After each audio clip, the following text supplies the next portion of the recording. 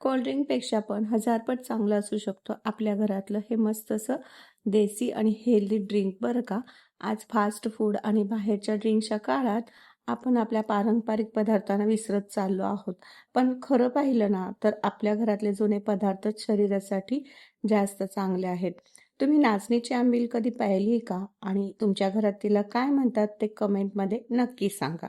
तर अशी ही आज नाचणीची आंबील आज आपण बघतोय. तर त्यासाठी मी इथं 2 आणि अर्धा ग्लास म्हणजे 2.5 ग्लास इतकं पाणी गरम करायला ठेवलं आणि एका वाटीमध्ये 2 ते 3 चमचे इतकं आंबट थोडंसं असलेलं दही घेतलंय. त्यामध्येच पोहे खायचा जो चमचा असतो ना त्याच मापाने आपल्याला 2 चमचा आणि वरून थोडंसं परत म्हणजे 2.25 ते 2.5 चमचे इतकं नाचणीचं पीठ घेतलेलं आहे. दह्याच्या ऐवजी फक्त पाण्यामध्ये सुद्धा ही पेस्ट करून घेऊ शकता. हे संपूर्ण दह्यामध्ये मिक्स करायचे, गुठळ्या होऊ नये म्हणून थोडंसं पाणी घालायचं, मस्त फेटून घ्यायचं कारण दह्याचे बारीक बारीक कण तसेच राहतात.